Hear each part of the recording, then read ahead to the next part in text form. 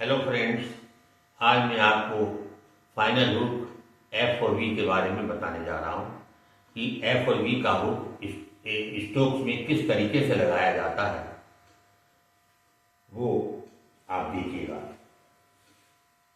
Stroke दो प्रकार के होते हैं। स्ट्रेट स्ट्रोक जिसमें सीधी रेखाएं होती हैं, दूसरे होते हैं कर्व स्ट्रोक जिसमें कर्वदार रेखाएं होती हैं।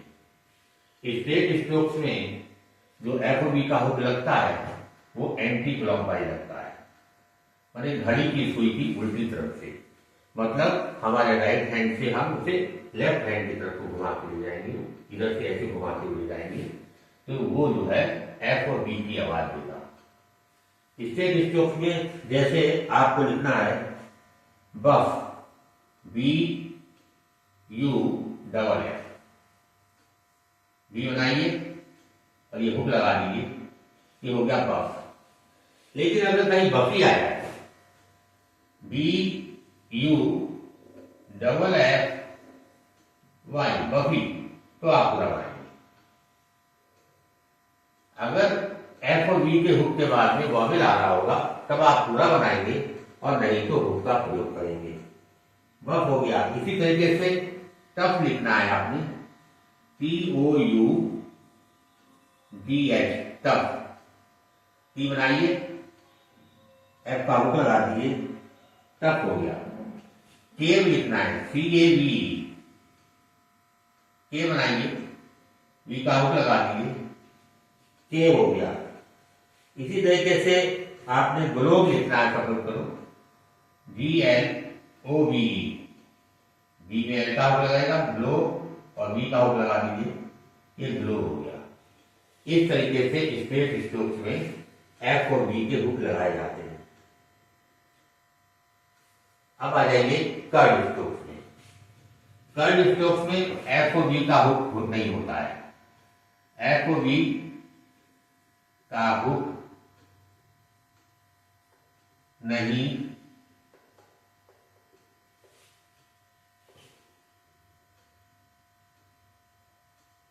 होता है। कर्व स्ट्रोक में एफ और बी का हुक नहीं होता है, पूरा बनाना पड़ता है। जैसे हमें लिखना है फाइव, FIVE, तो एफ पूरा बनाएंगे फिर बी बना देंगे, ये हो गया फाइव। लाइव लिखना है LIVE, हुक होते ही नहीं है तो पूरा बनाएंगे आप, लाइव हो गया।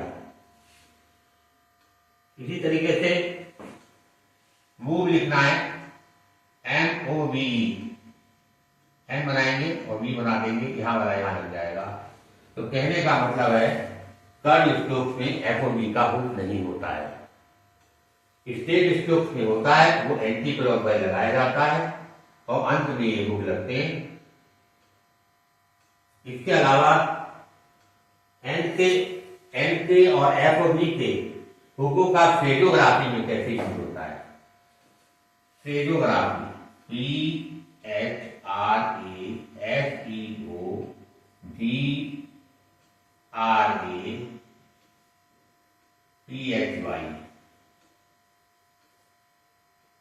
फ्रेजोग्राफी। फ्रेजोग्राफी में एन का हुक, एफ का और बी का किस प्रकार प्रयोग किया जाता है उसके बारे में भी मैं इस वीडियो में आपको बताने जा रहा हूं। फ्रेजोग्राफी में अगर एन का हुक यूज किया जाए तो वो हैव की आवाज देता है। जैसे लिखना है आपने I have,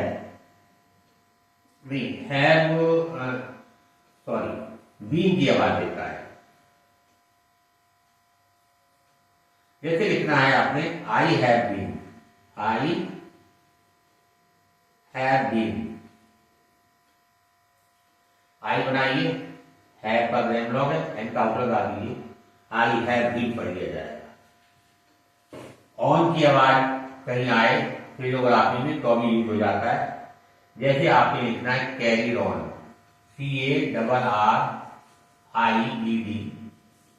carried on. Carried on में क्या करेंगे, कैरिड लिखेंगे, कैरिड, एन का आउट लगा दीजिए, ये कैरिड ऑन पढ़ लिया जाएगा। इसके बाद देन में प्रयोग होता है, THAN कहीं पे आए तो अभी एन के रूप का प्रयोग किया जाता है। जैसे आपको लिखना है मोर देन, मोर में ही एन का आउट लगा दीजिए, ये मोर देन होगा। ओन में भी यूज होता है, OWN, जैसे ओन में ले लीजिए आवर ओन, OUROWN,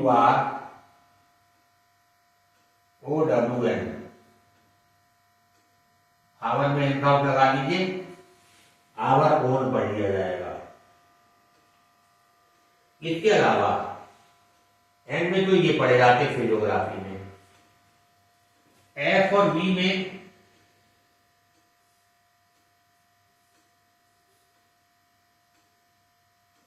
में फिजियोग्राफी में हैव पढ़ा जाता है। जैसे लिखना है आपने विच हैव,